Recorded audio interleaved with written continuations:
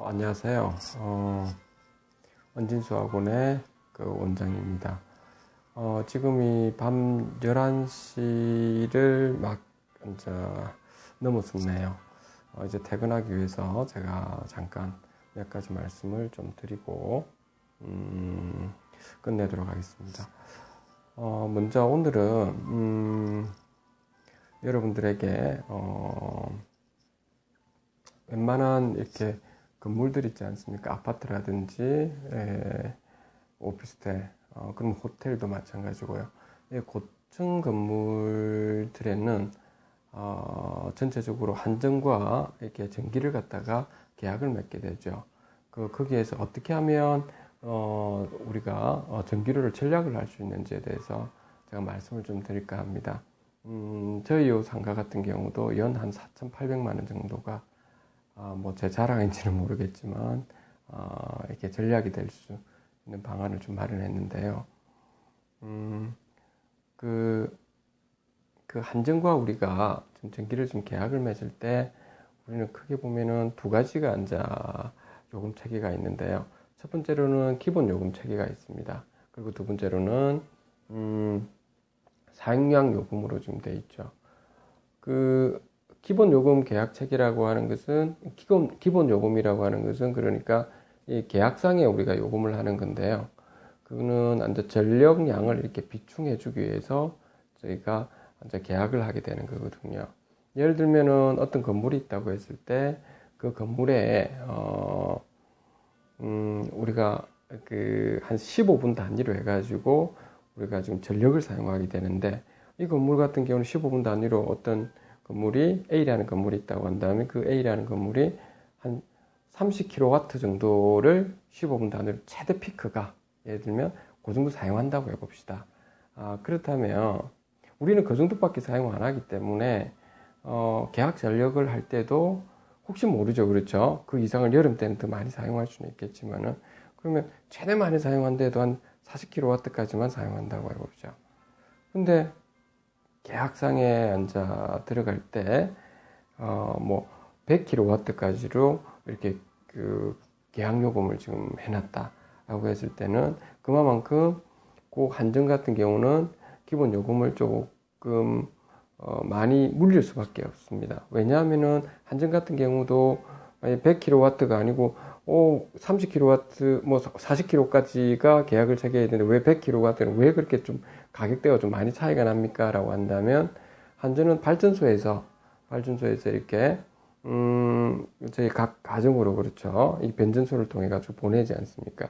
보낼 때, 저장 창구에 어떤 A라는 그 건물에 예를 들면은, 100kW로 지금 요금 체계가 갖춰져 있다면, 항상 그 저장 창구에다가 100kW를 비축을 해놨습니다. 그러니까 수시로 비축을 해놨다가 창고 역할을 하는 거죠. 그래서 창고료를 받는다라고 여러분들이 그렇게 생각하시면 되겠습니다. 그래서 전기를 갖다가 창고에도 딱 비축해놨다가 이렇게 보내주는. 근데 지금 너무 많죠, 그렇죠, 전기가. 그렇죠.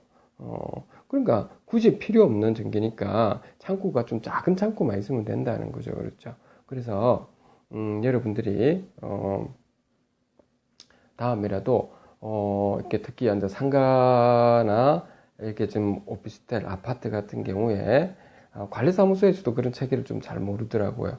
그럴 수밖에 없는 것이, 아마 제가 볼 때는 관리소장님들께서 물론 잘 아시는 분들도 계시지만은 좀 물리나 화학이나 이렇게 과학적인 이제 이런 부분이 체계가 조금 안 돼 있는 부분도 있고 해서, 법리적으로도 그렇고, 아무튼 간에 제가 말씀드리고 싶은 건 그런 부분이 있기 때문에 여러분들이 우선은 한전에 일단 찾아가서 자기 각 호텔이든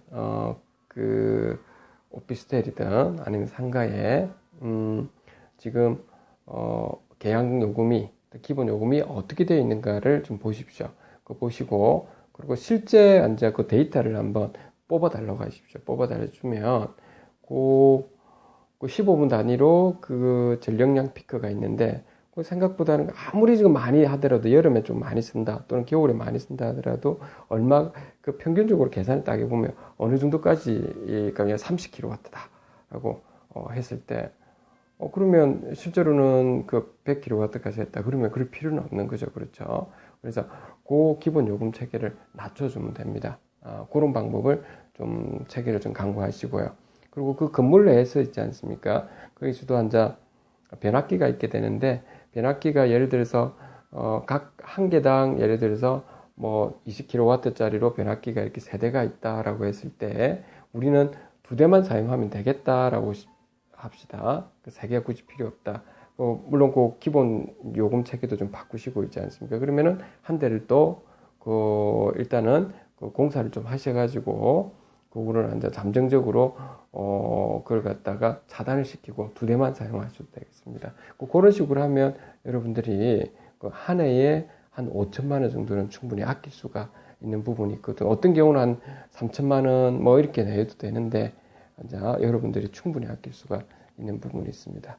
그러니까 오늘 여러분들한테 다시 팁을 다시 알려드리겠습니다. 정리를 하자면은 지금 여러분들이 모든 건물들에 보면은 우리가 전기요금 체계에서는 기본요금, 다시 말해서 법적인 계약요금, 계약관에 있는 체계가 있는데 그 계약세금은 전력량을 기준으로 해가지고 우리는 저장창고 역할을 한다 했죠. 그렇죠. 건물마다 쓰고 있는 저장할 수 있는 전력이 있습니다. 그렇죠.